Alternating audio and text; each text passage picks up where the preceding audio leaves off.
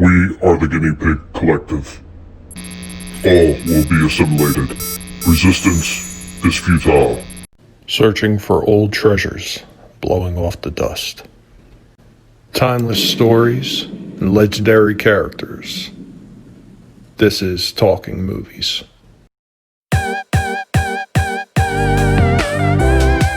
Hey everybody, what's going on? And welcome back with the most hated guinea pig on YouTube for another Talking Movies. So on today's Talking Movies, we will be talking about a movie based on the novel by Mary Shelley, written by Gene Wilder and Mel Brooks, and directed by Mel Brooks, 1974's Young Frankenstein.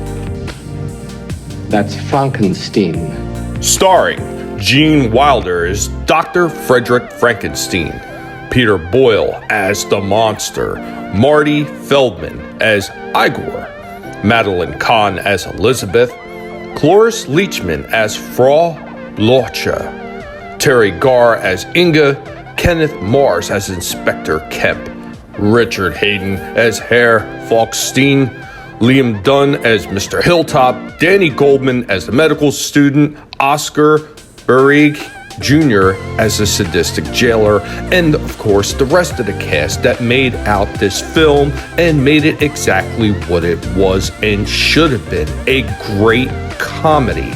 And the story of this movie goes as such.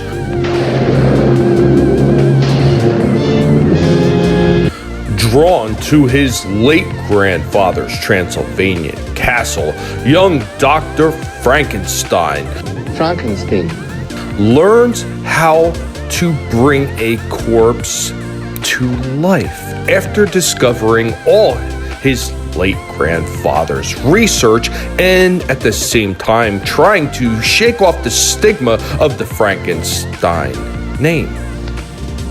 That's Frankenstein. But soon he discovers that his monster creation is looking for love in hilarious places. You're incorrigible, aren't you? You little zipper neck. Now, just like any other Mel Brooks film that is out there, this one is packed with hilarity. And if you have not seen this one, I really don't know what you're doing wrong, but you are missing something with this one. This one is absolutely fantastic. It is a great parody spoof movie of one of those classic monster movies in Frankenstein. And of course, being Mel Brooks, he has a particular way to put a spin on his own comedy that makes it uniquely his, because nobody does it like Mel Brooks. Dr. Frankenstein. And one of the other things that is great about Brooks is he loves to give credit where most people would not give that credit. So when Mel Brooks was preparing for this film, he discovered that Ken Strickfaden, who had made the elaborate electrical machinery for the lab sequences in the original Universal Frankenstein films, was still alive and living in the Los Angeles area. Brooks wound up visiting him, and he found that he had stored all the equipment in his garage. So Brooks wound up making a deal to rent all the equipment, and then he proceeded to give Strickfaden the screen credit he didn't receive during that original Universal run of films. And if you have seen this one, you may remember the shifting hump on Igor's back. You must be Igor. No, it's pronounced Igor. Of course, I'm sure we'll get along splendidly. Oh! Perhaps I could help you with that hump. What hump? Well, that was an ad-lib gag. Now, Marty Feldman had been shifting the hump back and forth for several days when cast members finally had noticed, and it was then added to the script. Now, building off the back of that, in 1974, Aerosmith took a break from a long night of recording to actually go and see this film. Steven Tyler wrote the band's hit Walk This Way.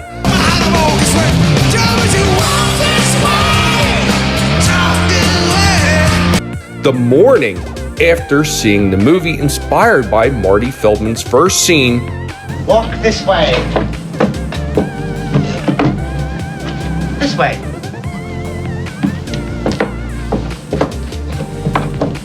And speaking of Walk This Way, the gag bit done by Marty Feldman originally was supposed to be cut from the final version of the film, but it gained so much popularity that Mel Brooks included variations of it in not only History of the World Part 1 in 1981, but also Robin Hood Men in Tights from 1993.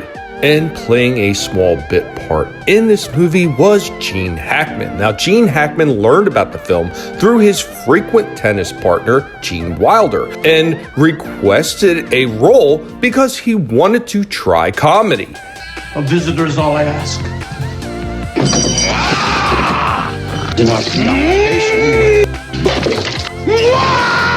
He volunteered to play the blind hermit for free. It was 4 days of shooting for about 4 minutes of running time, and Gene Hackman actually ad-libbed the blind man's parting line, "I was gonna make espresso." The scene immediately fades to black because the crew erupted into fits of laughter.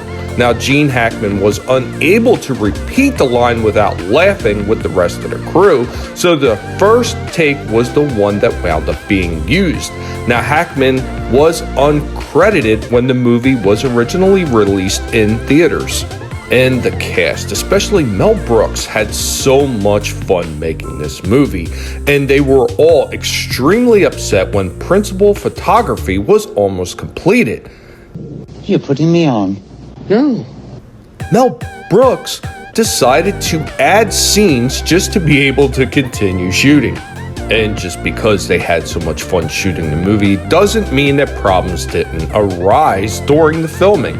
Gene Wilder and Mel Brooks had actually got into a fight during the movie's production, and it was a big one, with Mel throwing a huge temper tantrum, yelling and raging, and eventually storming out of Gene's apartment where they had been working on the script. But apparently, after storming out, 10 minutes later, Gene's phone rang and the caller was Mel, who had this to say: "Who was that madman you had in your house?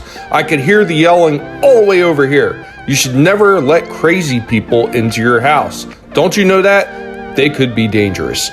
That, as Gene later put it, was Mel's way of apologizing. But even with that said, Gene Wilder had gone on to say that this was his favorite film of all times. Oh, nice. Of course, the rates have gone up. Of course.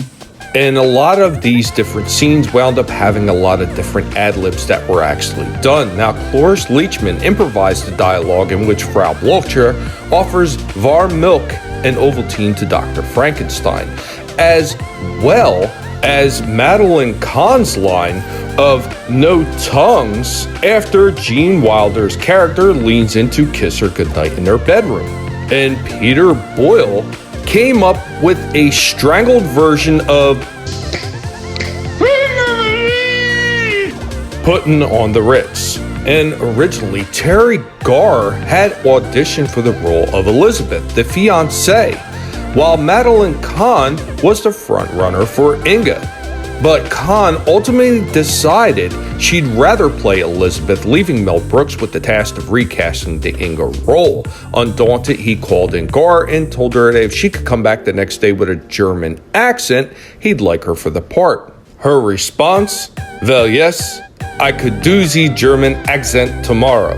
And according to Mel Brooks, the studio tried tricking him into shooting the film in color. They said, "Okay, we'll make it in black and white, but on color stock, so that we can show it in Peru, which just got color." And I said, "No, because you'll screw me. You will say this, and then in order to save the company, we'll risk a lawsuit, and you will print everything in color. It's got to be on black and white, thick film."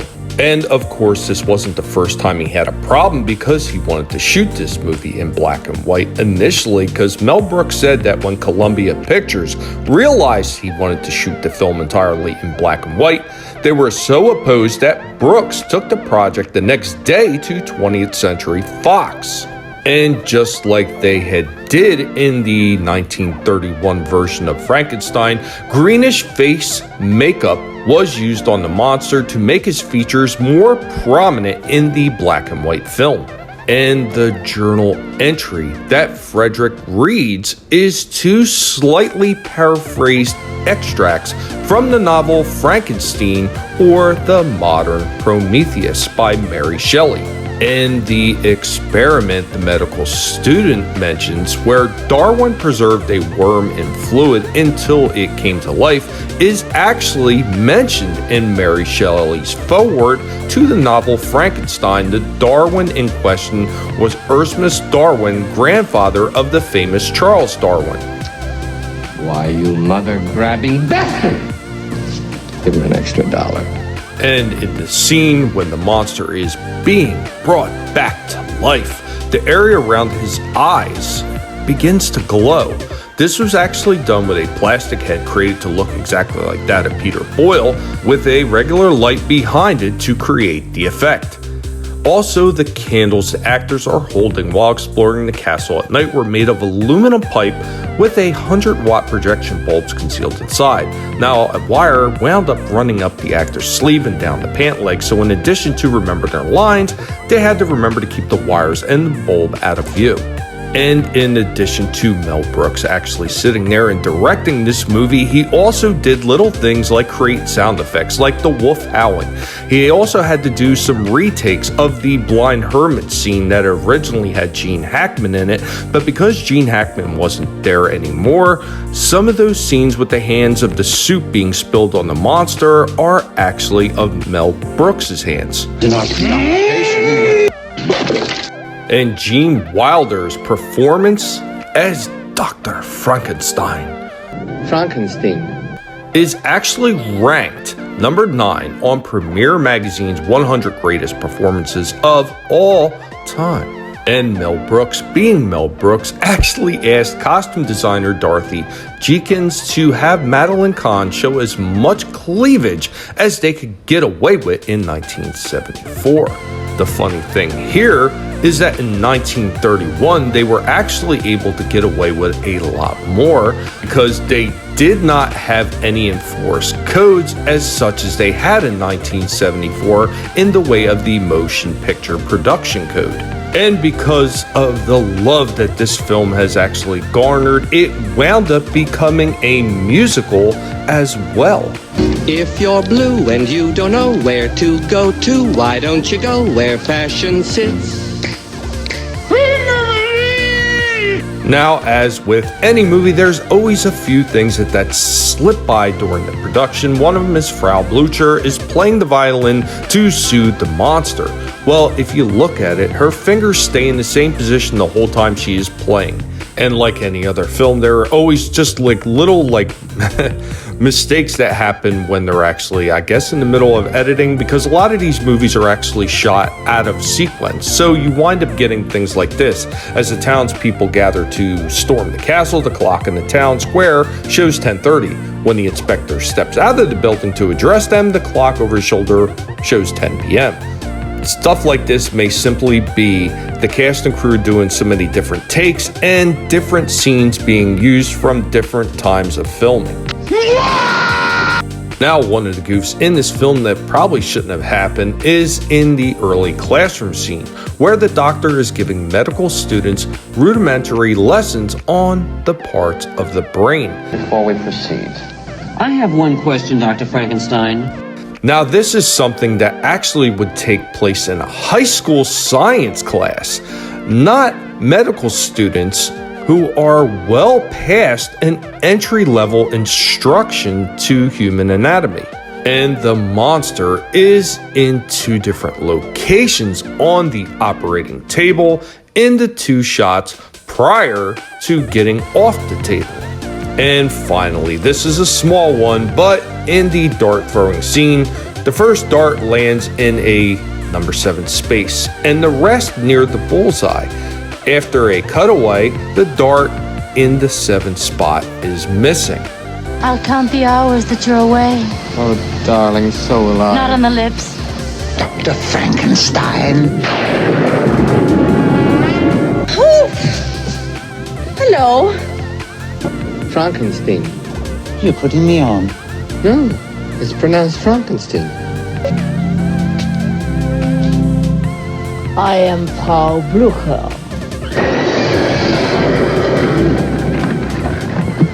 You must be Igor. No, it's pronounced Igor. Hand me that candle, will you? Put the candle back. Don't put the candle back. I ain't got nobody, and nobody cares for me. Give my creation life! Would you like to have a roll in the hay? Igor, Frederick. It's fun. Roll, roll, roll in the hay. His hands, his organs would all have to be increased in size. Exactly. He would have an enormous Schwanzstücke. I'm going to set him free! He's going to be very popular. Igor, would you give me a hand with the bags? Certainly. You take the blonde and I'll take the one in the Taven. You're incorrigible, aren't you? You little zipper neck.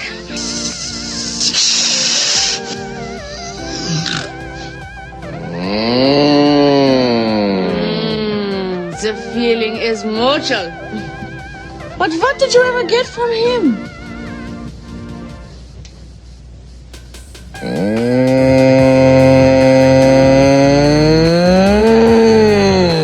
No. Mystery of life. At last I found you. Anyway, guys, that's all I have on this one.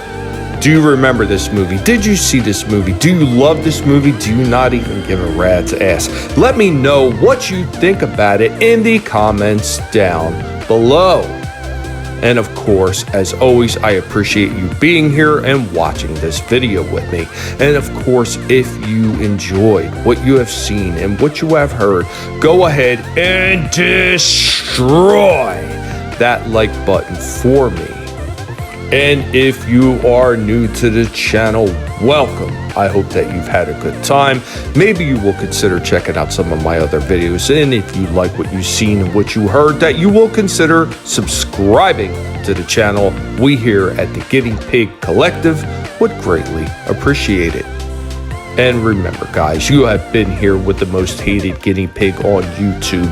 And never let anybody tell you what you can and can't watch, what you should or shouldn't say, because your silence gives consent.